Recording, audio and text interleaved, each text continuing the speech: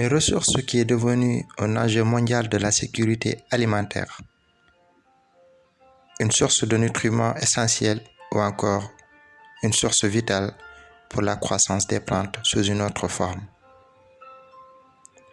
Le phosphate est la source naturelle du phosphore qui est utilisé dans plusieurs produits et constitue l'ingrédient essentiel des engrais. Il est devenu si important que son coût sur le marché international a doublé il y a quelques mois.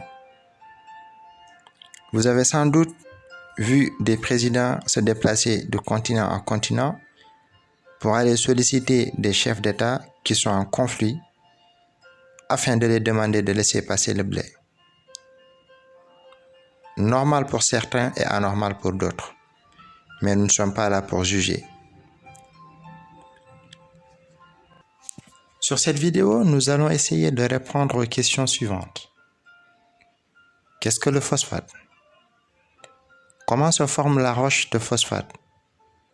Et où est-ce qu'on en trouve? Quelle est l'utilité du phosphate et ses différents domaines d'utilisation? L'enjeu que constituent ces phosphates sur la sécurité alimentaire? Les stratégies pour la gestion de cette ressource épuisable? Et enfin, traiter un cas particulier des phosphates du Sénégal. Un phosphate est un sel d'acide phosphorique, tout simplement en chimie inorganique. Et en chimie organique, c'est un composé organophosphoré dérivé de l'acide phosphorique. Les roches phosphatées sont des roches sédimentaires formées il y a quelques millions d'années par l'accumulation de la matière organique au fond des océans. Quant à l'origine des apports phosphatés, différentes théories tentent d'expliquer cela. Les plus acceptées sont celles qui parlent d'une accumulation des os ou encore des poudres d'os, des arrêts de poisson, des dents de poisson et parfois des karstes qui en seraient l'origine. Et récemment, on y ajoute les zones upwelling qui accumulent une forte concentration en phosphate. On retrouve des réserves de phosphate sur les 5 continents et même dans l'Atlantique et le Pacifique. Mais cette répartition n'est pas équilibrée, car il existe des endroits qui ne recèlent aucun gisement de phosphate et d'autres endroits qui disposent d'énormes quantités de phosphate. Le phosphate peut être utilisé de 2 manières. Soit à l'état brut, c'est-à-dire sans aucune transformation, tels que les engrais chimiques, soit à l'état élaboré, c'est-à-dire que la roche nécessite une transformation industrielle. La roche phosphatée est transformée afin de produire du phosphore, qui est l'un des 3 macronutriments les plus couramment utilisés dans les engrais, les 2 autres étant l'azote et le potassium, et est utilisé dans la fabrication des détergents. Le phosphate peut être transformé en acide phosphorique et être utilisé aussi bien dans l'industrie agroalimentaire que dans l'électronique ou encore les cosmétiques. C'est aussi un agent polisseur dans les dentifrices, ainsi qu'un additif stabilisant dans certains aliments. On peut aussi l'utiliser dans les teintures de coton pour contrôler le pH, dans l'adoucissement et le traitement des eaux, pour les aliments consommables par le bétail, pour la fabrication de matériaux biocéramiques, les extincteurs, retardateurs de flammes plus précisément, dans les tonnerres des photocopieurs, dans les boissons que nous buvons, les chocolats que nous mangeons, les crêpes, les gâteaux, la farine, les jus de fruits, j'en passe. Prenez juste une bouteille d'eau ou encore un biscuit ou l'aliment que vous consommez qui est emballé et lisez l'étiquette. Vous verrez que vous consommez chaque jour du phosphate.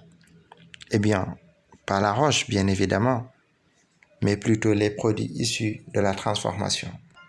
Les phosphates constituent un enjeu de la sécurité alimentaire à l'heure où je vous parle et vont devenir une ressource critique dans ce contexte démographique actuel et le contexte démographique futur auquel nous allons assister. Avec cette forte croissance en besoins alimentaires, plus encore que pour la potasse, les gisements phosphatés sont rares et mal répartis entre les pays du globe. Les 2/3 de la production mondiale sont assurés par la Chine et le Maroc, et ces disparités vont s'accentuer. D'ailleurs, le seul gisement d'importance que possèdent les États-Unis sera épuisé d'ici 2050. Et au rythme actuel d'extraction de ce minerai, il n'y aura plus de gisement de phosphate d'ici la fin du siècle, ce qui sera une catastrophe. À l'heure actuelle que je vous parle, 8,5 tonnes de phosphate sont produites chaque seconde. La demande et l'utilisation des phosphates vont continuer à croître. L'agriculture n'est pas quand même près de se passer des engrais, des phosphates, des potasses et de l'azote, bien évidemment. Et des spécialistes australiens ont prédit que les engrais vont voir leur prix exploser de 500 à 1000% dans les 20 à 30 ans à venir. Et preuve en est qu'actuellement, le prix du tonne métrique a presque doublé par rapport au prix en 2021. Seulement à l'heure où je vous parle, les sauveurs du monde, comme les appelle Napoléon Hill, les penseurs sont en train de chercher des stratégies pour la gestion de cette ressource épuisable afin soit de la remplacer par d'autres technologies. Car le phosphate est une ressource qui est non renouvelable et très limitée. Il faudra donc l'exploiter de manière responsable et durable. Car stopper la production est loin d'être la solution. Et aucune loi ne pourra l'imposer à un pays.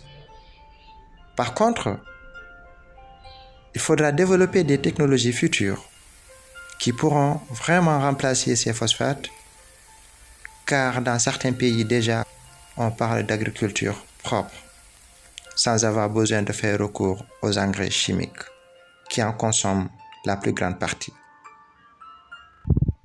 Maintenant, nous allons parler un peu du cas des phosphates du Sénégal. Le Sénégal fait partie des principaux producteurs de phosphate en Afrique, avec une petite part sur la production mondiale, ce qui n'est pas à négliger, même si ça ne représente pas beaucoup à l'échelle internationale. Au Sénégal, on retrouve le phosphate dans la région de Thiès et un peu dans la banlieue dakaroise. Selon des estimations faites par l'USGS, l'Institut d'études géologiques des États-Unis, en 2017, la production sénégalaise de phosphate s'élevait à l'époque à 1 250 000 tonnes de minerais par an et les réserves étaient à quelques 50 millions de tonnes. L'exploitation des phosphates du Sénégal est en grande partie gérée par l'ICS, les industries chimiques du Sénégal, avec d'autres filiales moins connues telles que Mimran, IFCO, Indorama et autres. Si l'on se base sur la logique et la disponibilité de ce potentiel, c'est que le Sénégal n'a presque pas besoin d'importer du phosphate ou encore des engrais chimiques, ni pour booster notre agriculture, ni pour les utiliser industriellement.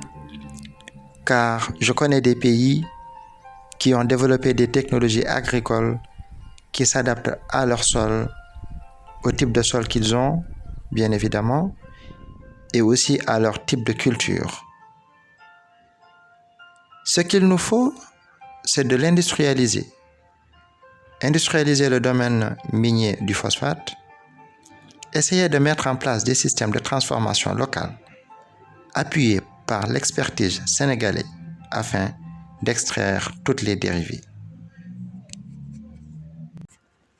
À l'heure où je vous parle, le prix du phosphate sur le marché mondial a doublé pour atteindre 287 $ par tonne métrique. Si on convertit cela en francs CFA, ça fait à peu près 180 000 francs CFA par tonne. Et si on estime par rapport à la production annuelle, ça fait un chiffre d'affaires de 233 milliards de francs CFA par an. Eh bien, je parle bien du brut, sans aucune transformation. C'est-à-dire, le phosphate est extrait et vendu sur le marché sans avoir besoin d'être transformé. Maintenant, imaginez si on faisait la transformation chez nous. Combien cela pourra nous générer en termes de revenus? Ou encore, si aujourd'hui nous avions un marché boursier au Sénégal, ou même des économistes qui suivent les bourses étrangères, ils auraient pu faire des prévisions et aider nos dirigeants à en tirer bénéfice.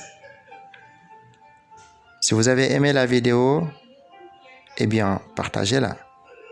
Je vous en serai reconnaissant.